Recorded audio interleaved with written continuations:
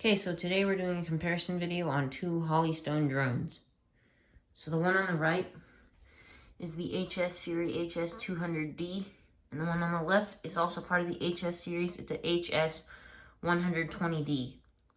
This one on the left is a little bit nicer, a little bit more expensive. This one on the right is a little cheaper, a little more economical. So we're going to do a side-by-side comparison and test. So let's start out with what you get in the box. Alright, so in the HS120D, you get this nice carry bag where you can take it places. It's like a go bag. You can take it where you want. It has a nice handle. It's nice and light. It looks good. And if I open it up, you can see everything fits inside of it very nicely. Inside, there's some I put in the top space here. There's a strap for this bag that you can clip on there. And use this as like a shoulder strap bag, so you can hang it over your shoulder, or I think you might be able to wear it as a backpack too.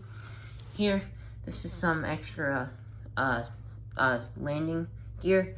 This is some extra propellers and some extra gears, which is really nice in case that happens while you're out. This is a instruction manual that's really nice and thick. There's a lot of information in there. Haven't had any problems with that. Then inside here, if you undo this strap, which holds the drone in very nicely with even a little bit of foam padding, if you take this off, there's the drone. You get the drone. I think it usually comes with the drone and an extra battery. And see, there's one battery already in here. If I can just take this out very quickly, you can see there's already a battery in the drone, and then it comes with an extra battery. However, I filled out a survey online to get an extra battery for free. You can also do that. So it actually has 3 batteries. So the 2 batteries go in these two little storage slots, and then you store 1 battery inside of the drone. The battery is very easy to take out. You just push it and slide out. However, I can't do it one-handed. Along with that, you get this nice little charging. You get this nice little charger where you can actually put 2 batteries on at the same time. It's really easy. You just press them on, and there they go, charging. It charges off of a 5-volt USB plug, so that's really nice and easy. Very handy to have. And then the other thing is just the remote, which is haven't had any problems with it yet. It's been very easy, very simple. It folds up all nicely so it fits in the bag. However, once it unfolds, it's nice and lightweight. It's very easy to use. I think it has a good grip on it. So you fold this out as little handles, and then you have these little antennas up here. And then this is where you can pull this out, and you can stick your phone on here. If you do this, you pull it out and you stick your phone on there. And that is because this drone has a camera on it, which you can actually Wi-Fi to your phone and use the Holystone app, and you can actually see live footage of what that drone camera is seeing while you're actually flying the drone, which is pretty cool.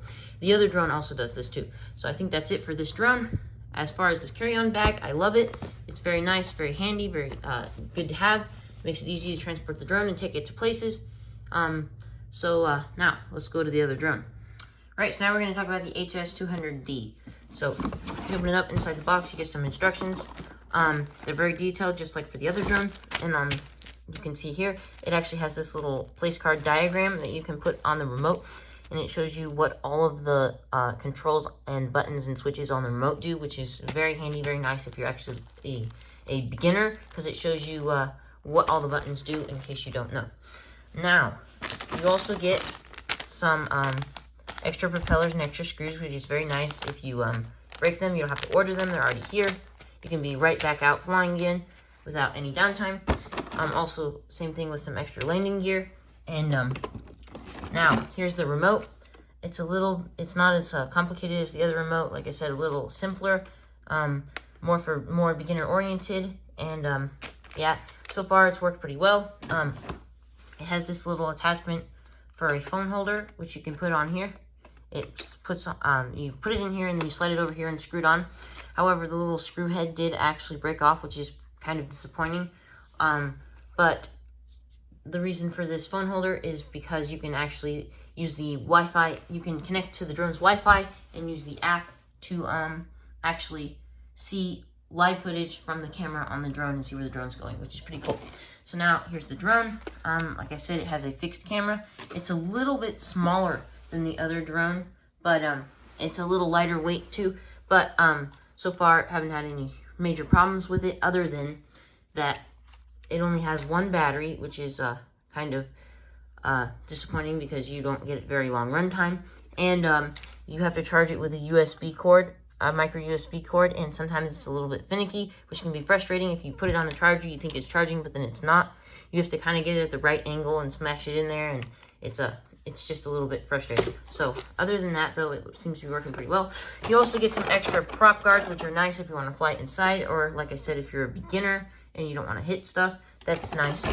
So yeah, this is pretty much it. Now we're going to talk about some of the features of both of them.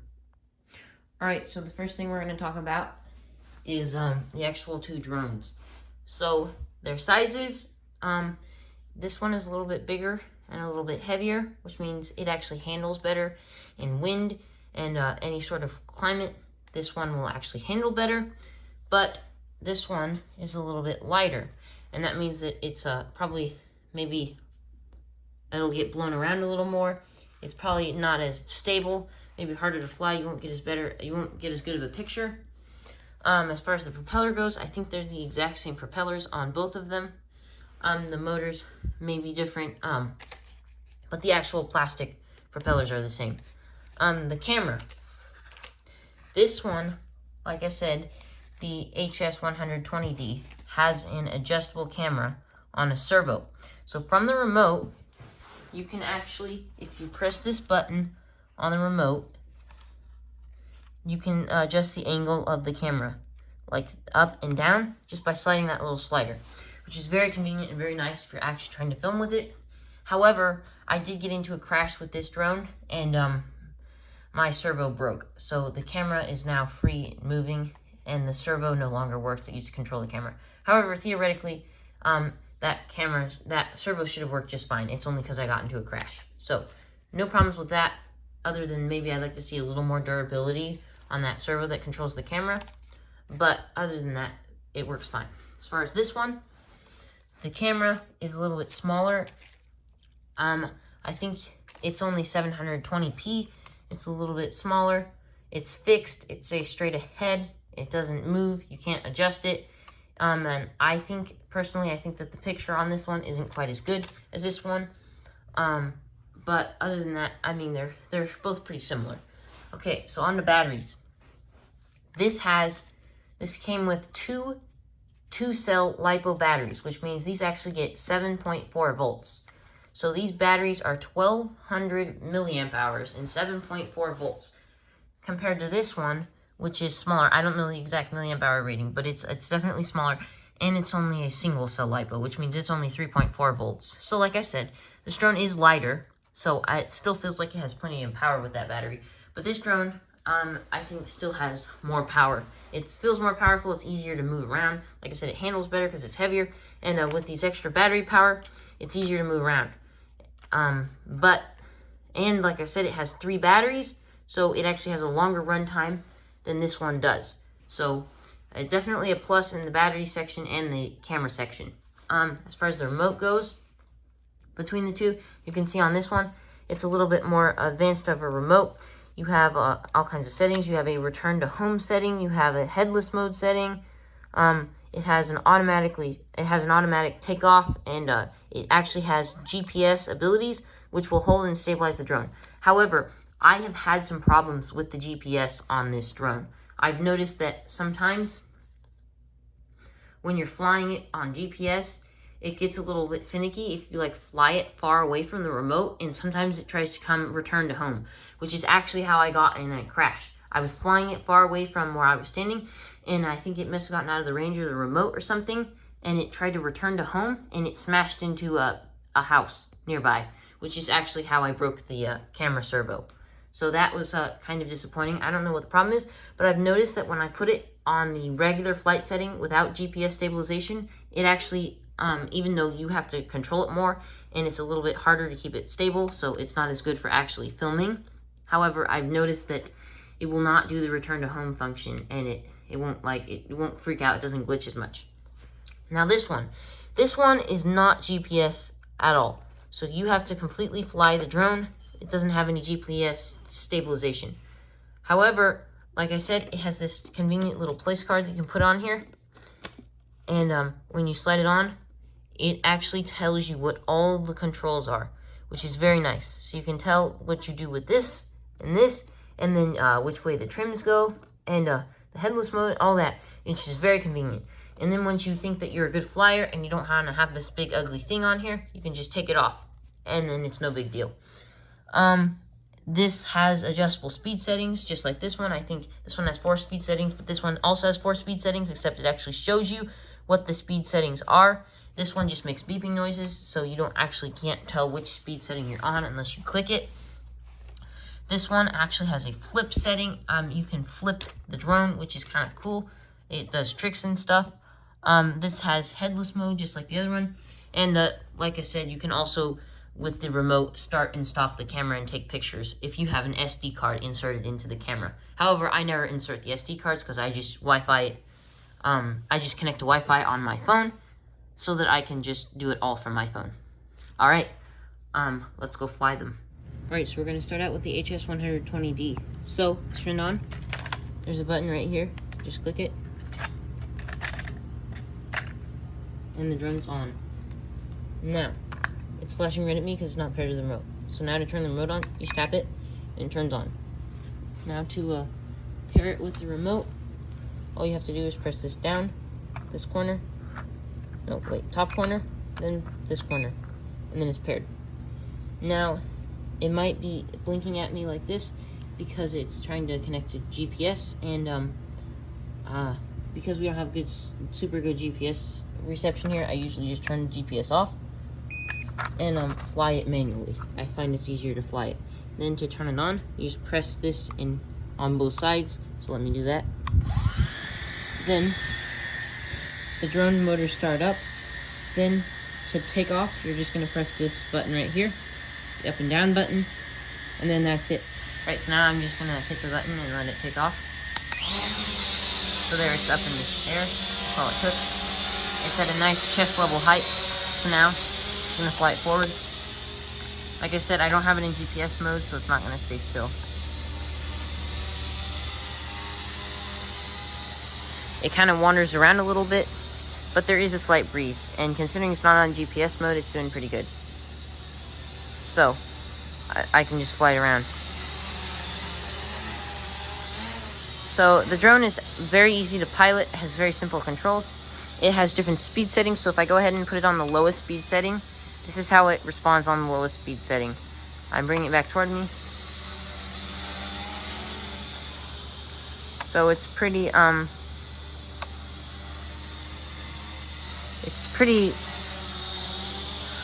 dull on the lowest speed setting. So if I just go ahead and bump it up to the middle speed setting, this should be the middle speed setting. So it's a little bit quicker, moves around a little bit faster. And now the fastest speed setting. Moves around very quick. This is for if you want to do like some really good flying. I mean, some really quick flying. There's some fast maneuvers, that sort of thing. So what I've learned is that if you want it to fly, when you're filming, it's best to put it on the lowest speed setting because it won't move around as much. It's gentler on the camera when you're actually filming it.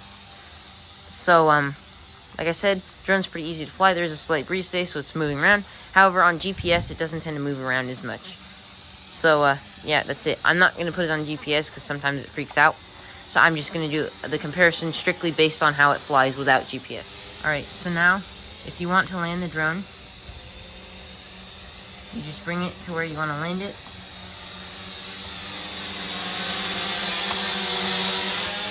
And then you press the down button, the same button that you used to bring it up, and it'll just slowly start going down, and it turns itself off entirely. That's it. Okay, so now I'm going to show you the app. It's Holystone GPS version 1. This is the app I downloaded. It actually works for both of the drones. So what you have to do, first, what you have to do is go to settings. After you downloaded that app, you have to go to settings, go to Wi-Fi, make sure that the drone is powered on and connect to its Wi-Fi. So if I connect to the drone's Wi-Fi, it'll say no internet connection, but now it's connected. So now what you have to do is go back to the app, open it. It'll say that it's checking the device, hit controls. Sometimes you have to do it twice because sometimes it doesn't load very well. Once again, open it, checking device, controls. Now sometimes you have to wait for a second and let it load.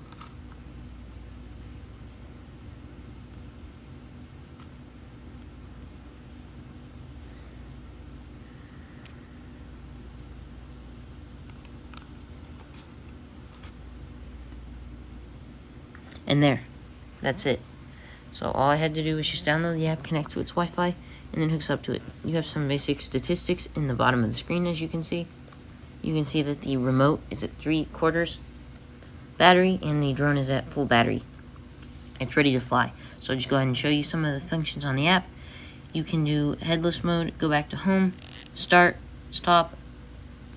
Over here, there's a camera button. If you have an there's a camera button and a record button and a microphone button. So there's also a map that you can see where the location of the drone is. There's pictures. You can see my library of videos I've taken with this. There's a virtual reality mode if you have a VR headset. And then there's,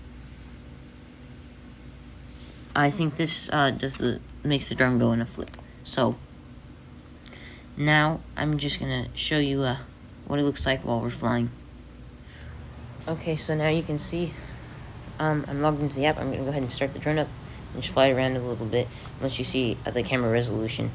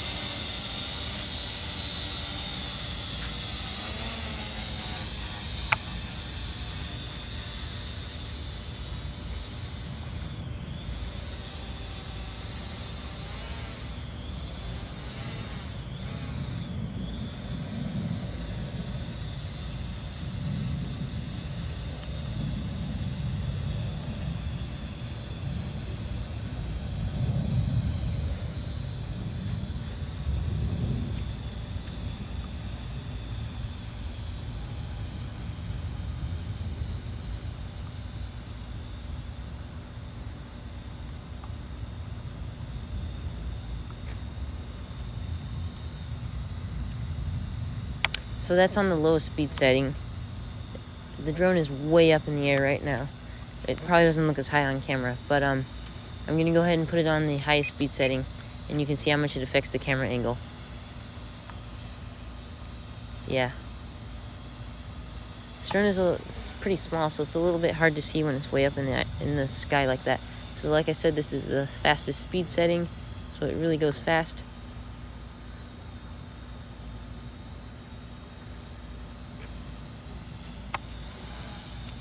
Right now I'm going to go ahead and bring it back down.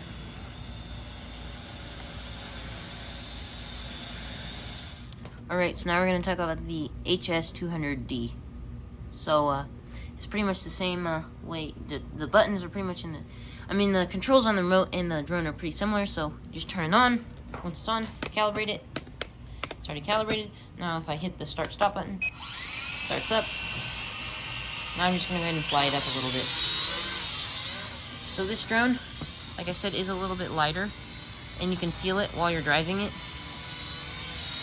I think this one is a little bit more of a delayed response.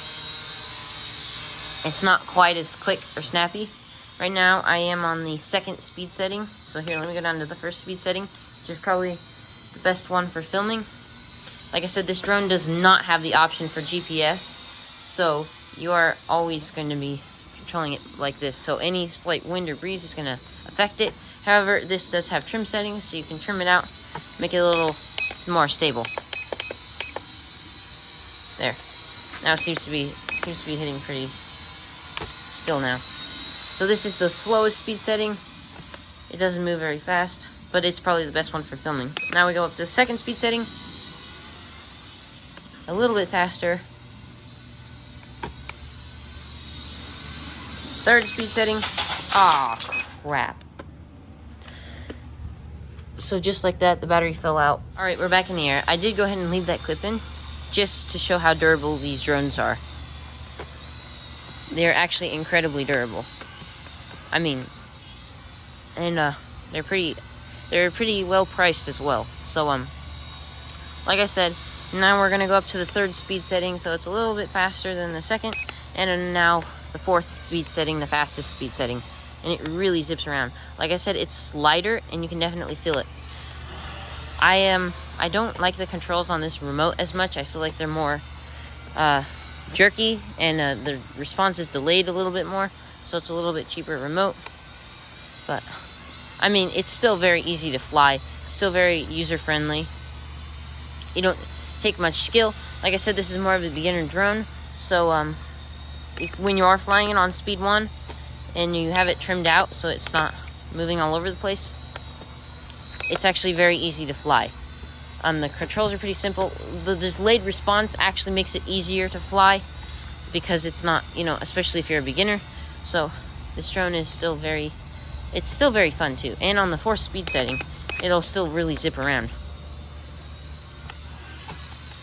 It's just not quite as powerful. Like when you're going up or down, it's not quite as quick or as powerful as the other drone is, which may be causing part of the delay. Alright, so now let's show the camera. Alright, so you can use the same app for this drone as the other drone, and it's basically the same setting it up. You just log into the Wi-Fi, so I didn't bother showing that. So now let's go ahead and fly it. I'm going to start the motors and fly it up a little bit. I think that I can already say that I don't think the resolution is as good on this camera as the other camera. I'll let you guys judge that though. It's actually pretty poor, but we'll see. So this is still on the slowest speed setting, so this is probably the speed setting where you get the best filming, because it's the most stable. So like I said, the slowest speed setting. So I'll just go ahead and fly it around a little bit and let you see when it's moving around. It's pretty subtle. It's not too bad. I think the lowest speed setting on the other drone is a little better for filming. It's a little more gentle. This one still jerks a little bit more on the lowest speed setting. So now I'll go ahead and bump it up to the 4th speed setting and drive it around a little bit. You can see it affects the camera angle much more.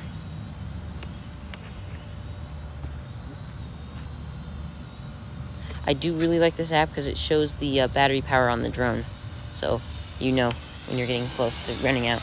So yeah, this drone zips around on the 4th speed setting. I think on the 4th speed setting it's a little harder to control because it's lighter than the other drone. The other drone, even on the 4th speed setting, when it's moving just as fast as this drone, it's still easier to control because it's heavier. It's a little easier to control. Alright, so now I'm going to fly it way up. See how high we can go, just like the other drone.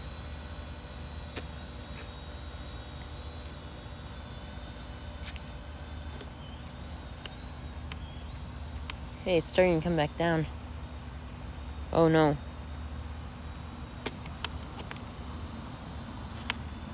It's blowing around quite a bit. Okay, this is pretty unsteady. The drone battery says it's low, and I'm way up in the air. So I'm gonna go ahead and actually take it down a little bit because this low battery is bothering me. Alright, so now for the review. I will say the HS200D is more beginner friendly. As far as the remote controls and how the drone flies, It's more beginner friendly, and like I said before, it is cheaper. So if you're just getting into it and you don't want to spend a lot because you're worried you might crash it or something, it's a very good beginner drone. You know, you don't have to worry about crashing as much. It's a cheaper drone. The controls are very simple, very easy, and so yeah. However, as far as the HS120D, this drone is a little more expensive, but you get a lot more with it. You get GPS stabilization, which is really nice when you actually want to keep it steady and film. And you get a camera, which actually is adjustable and will move up and down from the remote, which is very, very nice, very handy if you are trying to film with it. I think the camera on this one is a higher resolution. Like I said, it films better. This drone, I think, has better controls. I like flying it. It's easier to fly. Like I said, it's heavier, so it actually handles better in the wind and the weather and stuff. So it's a better drone. It's better to fly. It's more of maybe a beginner / intermediate level, whereas this is more of a beginner level. However, I learned to fly drones on this drone, and it was a great drone. So even if you are a beginner and you're not quite so much worried about the budget as much, go ahead and go for this one because it's a better drone and you have more to move up to. However, if you're a beginner and you're worried about budget, go ahead and get this one, and it still has a lot of the features that you get on this one at a lower price. So it's still a very good option if you are a beginner.